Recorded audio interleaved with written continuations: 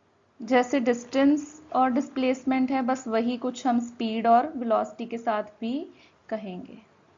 देखो velocity again, पहले तो ये दोनों चीजें टर्म्स है क्या क्या बताती हैं ये हमें, तो ये हमें बताती हैं rate of change of distance या डिस्प्लेसमेंट।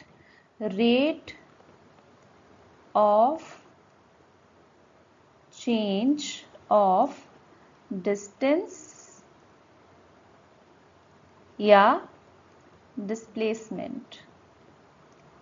तो क्या है हमारे पास, जब आप वेलोसिटी की बात करोगे तो आप डिस्प्लेसमेंट लोगे, जब आप स्पीड की बात करोगे तो आप डिस्टेंस लोगे। रेट का मतलब क्या होता है, टाइम। टाइम के साथ डिस्टेंस कितना कवर किया वो क्या है, स्पीड है। तो स्पीड क्या है हमारे पास,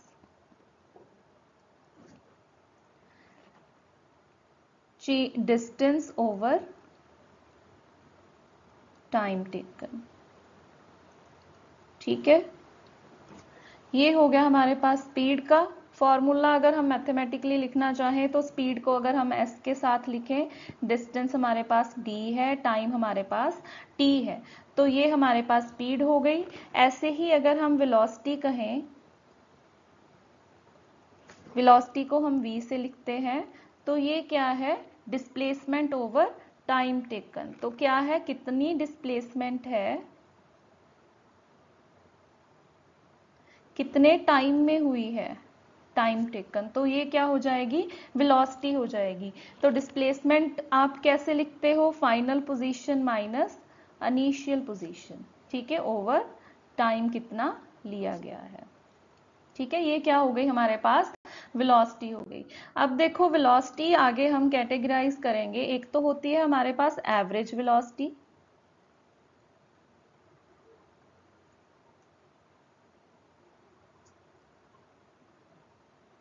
अब देखो एवरेज वेलोसिटी क्या होती है हमारे पास, जब हम पूरी थ्रू आउट जो मोशन है उसमें कभी तो वेलोसिटी कहें हम, कभी तो किसी ऑब्जेक्ट ने ज़्यादा डिस्टेंस डिस्प्लेसमेंट ली है, कभी उसने कम ली है, तो एवरेज वेलोसिटी में हम पूरी मोशन के बारे में डिस्कस करेंगे, किसी एक पर्टिकुलर इंस्टेंट पे क्या वेलोसिटी है उसे डिस्कस नहीं करेंगे। तो एवरेज वेलोसिटी जो है, इसमें हम जो सिंपल वेलोसिटी कही है उससे थोड़ा सा डिफरेंस है। तो आप एक सर्टेन मोमेंट पे नहीं कहोगे, एवरेज वेलोसिटी का मतलब है कि आपने पूरी मोशन में कैसे कवर की है, किस वेलोसिटी के साथ कवर किया है। तो आपको ये फॉर्मूला आप इसका कैसे लिखोगे, एवरेज लिख के क्या पोजीशन फाइनल हुई है, मतलब थ्रू आउट द मोशन कितनी पोजीशन फाइनल पे है और कितनी आपकी इनिशियल है, और टोटल कितना टाइम लिया गया, t2 माइनस t1 अगर सपोज कर लिया हमने, तो ये है हमारी एवरेज वेलोसिटी। पूरी मोशन थ्रू आउट कितना डिस्प्लेसमेंट है, कितने टाइम में है। ठीक, ये हो गया एवरेज वेलोसिटी। और सेकेंडली हमारे पास होता है इंस्टेंटेनियस वेलोसिटी।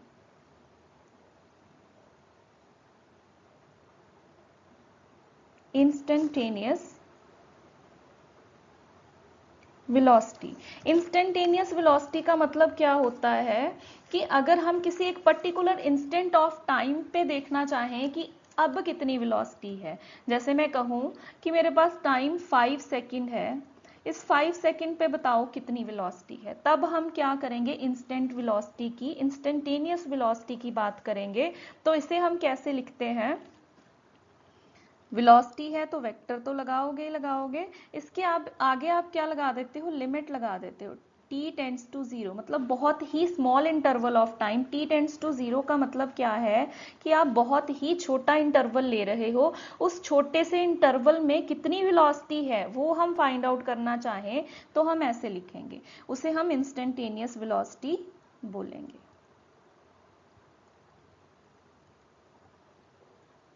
ठीक है, आप यहाँ पे फाइनल इनिशियल भी लिख सकते थे, यहाँ पे मैंने x2 माइनस x1 लिख दिया, बस फर्क क्या है, आपने यहाँ पे लिमिट लगा दिया आगे। ये कौन सी वेलोसिटी है, किसी एक पर्टिकुलर टाइम पे कितनी वेलोसिटी है किसी ऑब्जेक्ट की वो निकालनी है। एवरेज वेलोसिटी का मतलब है थ्रू आउट द मोशन कितनी वेलोसिटी है। ये हो गया हमारे पास दोनों वेलोसिटीज के बारे में, जो क्या फर्क है दोनों में। उसके बाद अगर हम बात करें यहाँ पे एक्सेलरेशन की, अब वेलोसिटी से आगे किसके ऊपर हम फोकस करेंगे? एक्सेलरेशन के ऊपर। एक्सेलरेशन क्या है?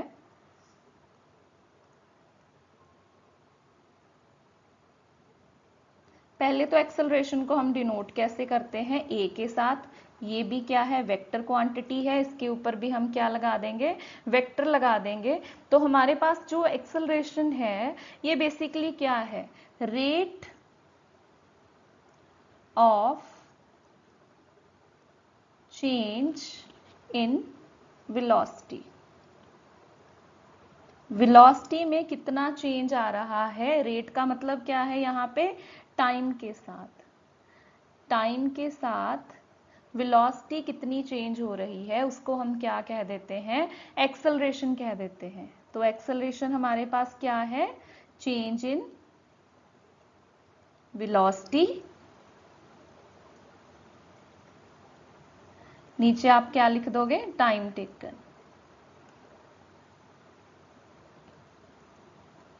ठीक है, टाइम टेकन या चेंज इन टाइम, कितने टाइम में कितनी वेलोसिटी जो है चेंज हुई।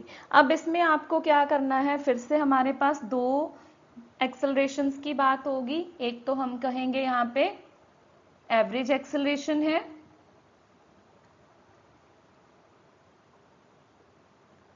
दूसरी हमारे पास इंस्टेंटेनियस हो जाएगी। ठीक, इसमें भी वही फर्क है, जो एवरेज एक्सेलरेशन आप लेके चलोगे उसमें आपको क्या करना है?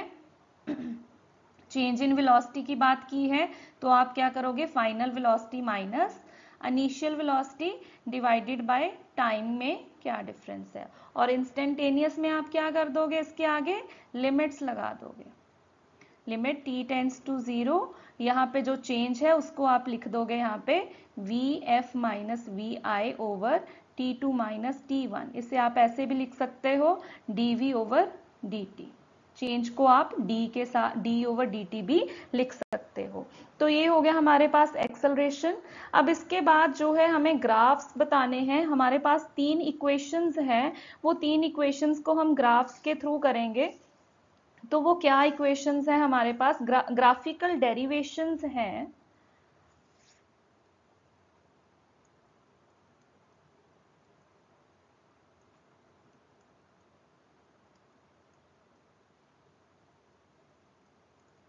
ठीक है, फर्स्ट है डेरिवेशंस किसकी है? इक्वेशंस ऑफ मोशन है।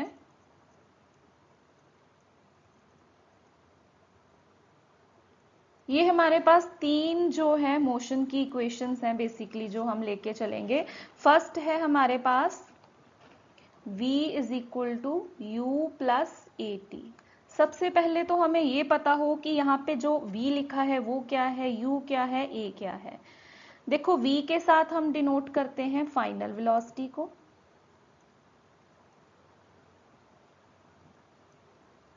ठीक। u के साथ हम डिनोट करते हैं इनिशियल वेलोसिटी को, a हमारे पास क्या है? एक्सेलरेशन है। t हमारे पास क्या है? टाइम है। अब हम इसे करेंगे डेरिवेशन को स्टार्ट। तो हमें यहाँ पे एक पहले तो ग्राफिकल मेथड है तो हम ग्राफ की हेल्प लेंगे। तो मैं यहाँ पे एक ग्राफ बनाने जा रही हूं, दोबारा से बना लें।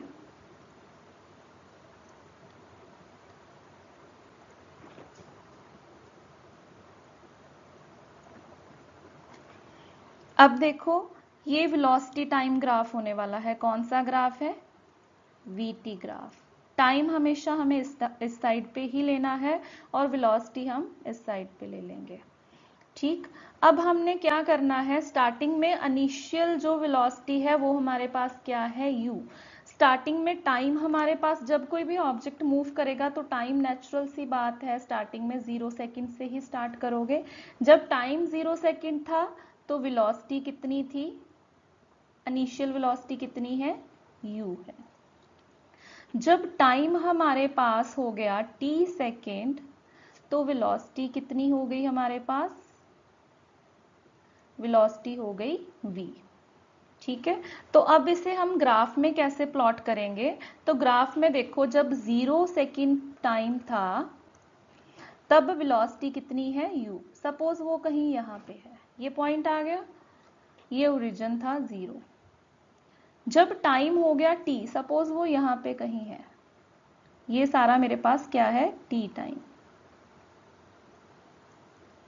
तब वेलोसिटी कितनी हो गई हमारे पास, वेलोसिटी होगी हमारे पास v। सपोज वो यहाँ पे कहीं है, ठीक है। तो जब टाइम t था, वेलोसिटी कितनी हो गई v, तो पॉइंट यहाँ पे कहीं आ गया, ठीक है। तो हम इस पहला पॉइंट ये हो गया, दूसरा पॉइंट ये हो गया, तब इनको हम क्या कर देंगे, ऐसे ज्वाइन कर देंगे, ठीक है जी। तो अब इसे कैसे कंप्लीट कर दें, अगर हम, ये मैंने यहां से एक लाइन ड्रॉ कर दी और इसे कंप्लीट कर दिया। सपोज ये पॉइंट मेरे पास A है, ये पॉइंट मेरा ओरिजिन O है, ये पॉइंट मेरा C है, कोई भी पॉइंट्स आप ले सकते हो, ये मेरा D है सपोज, और ये मेरा B पॉइंट है।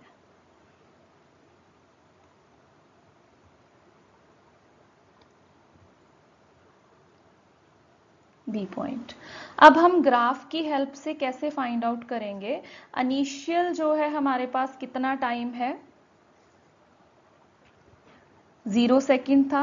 अब हम यहाँ पे क्या लिखेंगे कि हमारे पास जो इनिशियल टाइम था 0 सेकेंड था, वेलोसिटी कितनी है u, टाइम जब t हो गया वेलोसिटी कितनी हो गई v हो गई। अब इसको कैसे कैलकुलेट कैसे करना है आपको, तो आप इसे बस लिखोगे सारी चीज़ों को कि कैसे है, क्योंकि ये वीटी ग्राफ है तो आपको एक्सेलरेशन के बारे में ही बताना है। वीटी ग्राफ है नाम से, अगर v और t में वेरिएशन है तो किसके बारे में आप बात कर रहे हो, एक्सेलरेशन के बारे में। तो एक्सेलरेशन क्या है, आप कहोगे वेलोसिटी का चेंज, कितना चेंज हुआ है वेलोसिटी में, change in velocity by change in time. Velocity कैसे चेंज हुई है, इनिशियल वेलोसिटी और फाइनल वेलोसिटी दोनों के बारे में बताना है। तो जब चेंज निकालते हैं तो फाइनल में से इनिशियल को क्या करते हो, माइनस करते हो। फाइनल वेलोसिटी कितनी है, ये यहाँ पे अगर हम लिख दें फाइनल वेलोसिटी है, ये हमारी क्या है इनिशियल वेलोसिटी। तो एक्सेलरेशन का फॉर्मूला है final velocity minus initial velocity, final time minus initial time, ठीक है। तो अब हम कहें फाइनल वेलोसिटी कितनी है हमारे पास v, इनिशियल वेलोसिटी कितनी है u, फाइनल टाइम कितना है हमारे पास t, इनिशियल टाइम कितना है हमारे पास,